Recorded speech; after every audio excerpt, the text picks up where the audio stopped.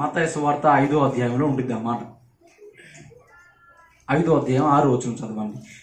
పర్లేదు. నీతి కొరకైన ఆకలి దప్పులు గలవారు వీళ్ళు ఎవరి కొరకు ఆకలి దప్పులు కలిగి ఉన్నారు చెప్పండమ్మా.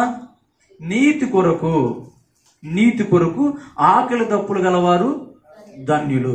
చాలా మందిని మనం చూస్తూ ఉంటాము, చాలా సింపుల్గా వారి నీతిని పోగొట్టుకుంటారు. ఏం పోగొట్టుకుంటారు? ఇంతకీ ఈ ఆకలిలో ఎవరికి ఉంటాయి తెలుసా? ఎవరికి ఉంటాయి చెప్పాలి. సజీవంగా ఉన్న వాళ్ళకి ఆకలి ఉండిద్ది. ఆత్మీయంగా బ్రతికి ఉన్న వాళ్ళకి ఈ ఆత్మ సంబంధమైన ఆకలి ఉండదు. కానీ ఆత్మీయంగా చనిపోయిన వారికి ఈ ఆకలి ఏమీ ఉండదు. ఎందుకు? వాళ్ళు మృతులైపోయారు కనుక కదండి. ఇప్పుడు మనం ఒక మాట చెప్తున్నాం. ఏంటంటే దేవుడు అంటున్నాడు, నీతి కొరకు ఆకలి దప్పులు గలవారు ధన్యులు అన్నాడు కదా. నీతి కొరకు ఆకలి దప్పులు గలవారు ఏం చేస్తారంటే నీతిని కాపాడుకుంటారు. దేన్ని? నీతిని కాపాడుకుంటారు.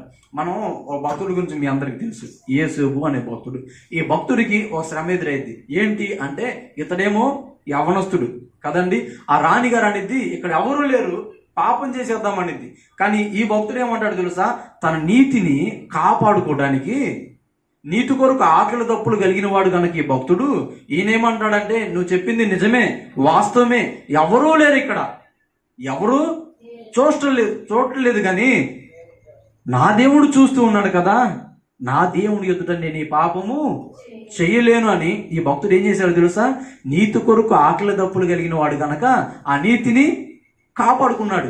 ఈరోజు ఒకవేళ నీతి మాలిన పనులు మనం చేస్తున్నాం అనుకోండి, మనలో ఏమి లేదు, నీతి కొరకైన ఆకలి దప్పులు మనలో లేవు. అదే కదా అర్థం.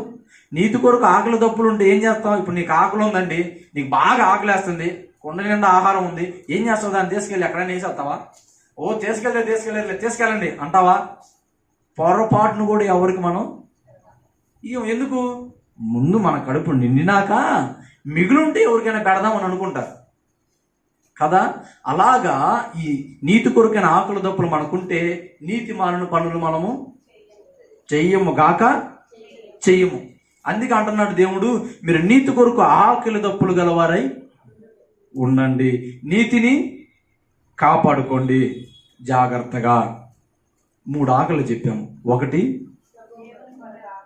2, 3, 4